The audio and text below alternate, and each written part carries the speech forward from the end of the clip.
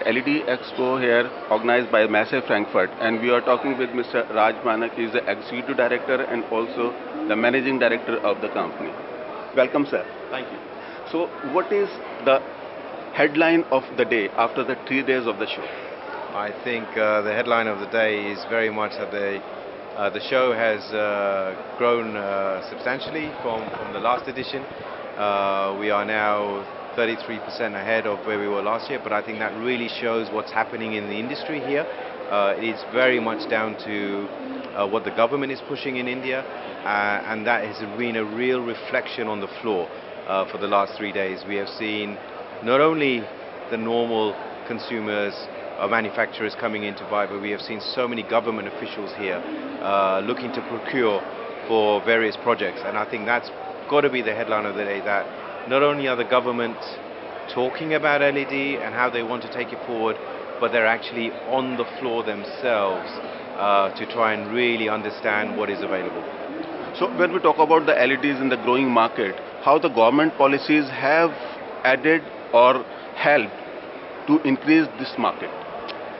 Look, the government policies, they're coming in phase by phase, but they 100% are helping, because I think the government have very clearly realized that LED is the future. It is something they have to do not only from moving forward with the times, but also from an environmental perspective. So they've done a lot already, I think, with the subsidies that they've provided, especially in the rural areas.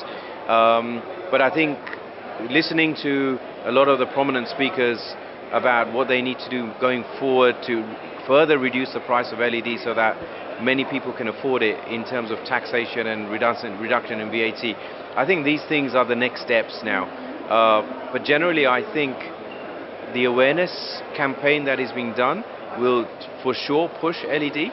And as this awareness goes up and the demand increases, the price will come down. And volume will determine price reduction. And if price reduction comes in, it will be available to the general public. I know in India it is felt that you're moving slowly.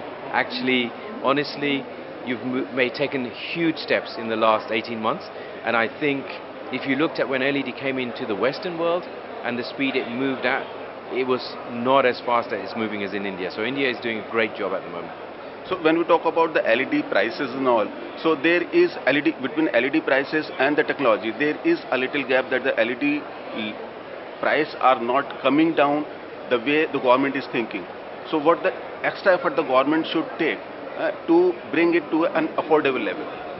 Look, again, it comes down to the same thing. I think awareness is the key to bringing down prices. If demand increases, which means people are buying more bulbs, then production becomes larger, cost comes down. And how do the government help this? Okay, yes, of course, they can help with reducing the excise, the VAT on the bulbs, yes, 100%. But if they increase the awareness and people really understand they will save money, this is what people want to hear, they will save money, then demand will increase. And I think the awareness campaign is the key, and the awareness campaign not in your metros, your awareness campaign in your rural areas has to be high, and then you will see the price come down. That India is a country of 2.25 billion people, right? So it's a big market, obviously. So how do you see, your show, particularly LED Expo is going to be in 2 years down the line? Okay, so LED Expo covers, the full spectrum. It's not only about the end product here, the bulb. We're talking about the R&D that goes into LED. We're talking about the components. We're talking about the appliances that go into LED. And we always try to represent, the show is always a platform to represent where the market is today for the Indian public and where we expect it to be in the future. Yeah. So for us, it's extremely important that this platform, this business platform, really represents the Indian market. Today, Messe Frankfurt has many shows around the world for the lighting industry. And if I looked at my lighting show in Frankfurt or my lighting show in Guangzhou, it looks very different to this show. But I don't want it to look like that show because this is India. And I want this platform to always represent the Indian market. And that's why I try to follow what the government is trying to do in India very closely so that this can really represent the government's needs. And today, if I look at the government's needs, they're really talking about street lighting. They're talking about their infrastructure needs. They're talking about airports. They're talking about railways. All of this, for me, I have to make sure this exhibitor base represents people who can then supply them with these level of goods and services to help the government change. Government changing helps the public awareness. Public awareness helps demand increase. So you had Light India already organized by Messe Frankfurt. Now you have LED Expo, which has complemented to your lighting segment. So how it is complementing one thing, and are you thinking of buying some more fairs in India, or maybe starting some new segment in lighting segment as well? Well, we've already started now the electrical building, which is bringing the lighting segment and the building automation segment together. So that's the next step, and that's sitting alongside Light India. Light India is a fair, our fair, which is very important because, like you said, you have 1.2 billion people in India. You have CFL in India. CFL is not going to go overnight. It's going to be here still. So I have to cater for both markets. LED is the future. So LED Expo is something I acquired, and it's here and it's the future. In CFL will still continue to be here for, I think, for at least 3 to 5 years, and then it will slowly phase out because there is a big market. It's not a small market. But in that time, I'm building up my electrical building. Electrical building automation then brings the two together, because all of this now is no longer you got a light switch that it's working with. It's all about everything being integrated into one. So your music, your lighting, your security, all of this is now being controlled under one parameter, and that's why the electrical building and light together is going to create a new sort of segment for us in Messe Frankfurt. So Light and Building, LED Expo and Light India, it's a complete portfolio that you have as of now? For Messe Frankfurt?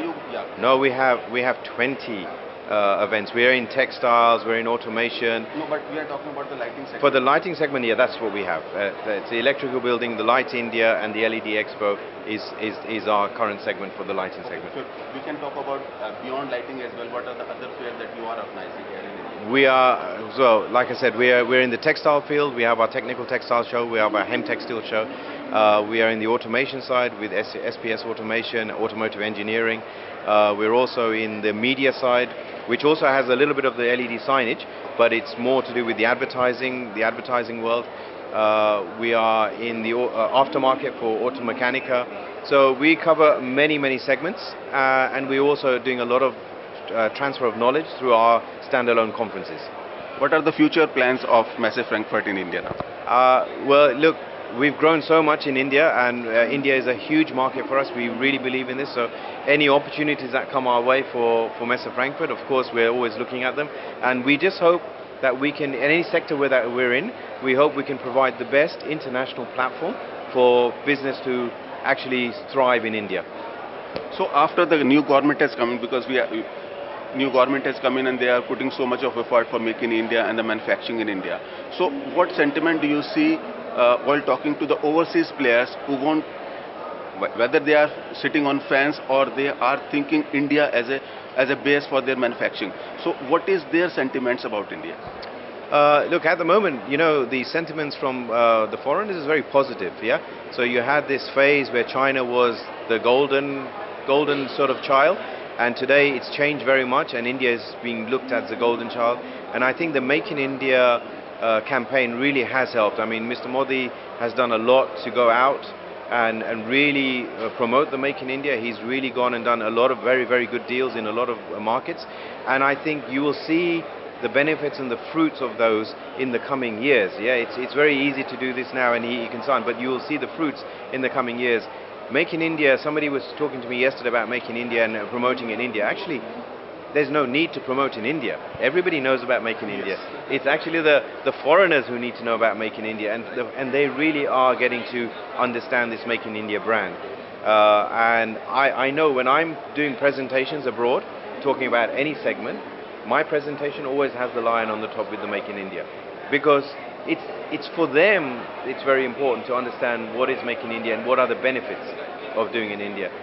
I believe, though, also in the same breath, India has to start adopting some international standards in all of these product groups to get the assurances that the internationals want that the quality is there. I think a lot of people have gone to China and said, "Oh my God, the quality is a big difference," and now India should make sure that the international standards that are required are really met in order to convince people that India is really the place for future manufacturing and a sourcing hub. So from this platform, would you like to tell something more to your audience? Look, for me, I'm extremely happy with the progress in India. I'm extremely happy with what Messe Frankfurt has done in India now. We cover many sectors, and our aim always is to be the leader in every sector we are, and to create a business platform for that sector which suits where India is today. Yeah, I never want to be ahead. I just want to be exactly where India is today, and I hope we are serving with our shows across all sectors the requirements for India to grow and continue growing. Thank you, sir. Thank you so much. Talking to you. Thank you. Thank you.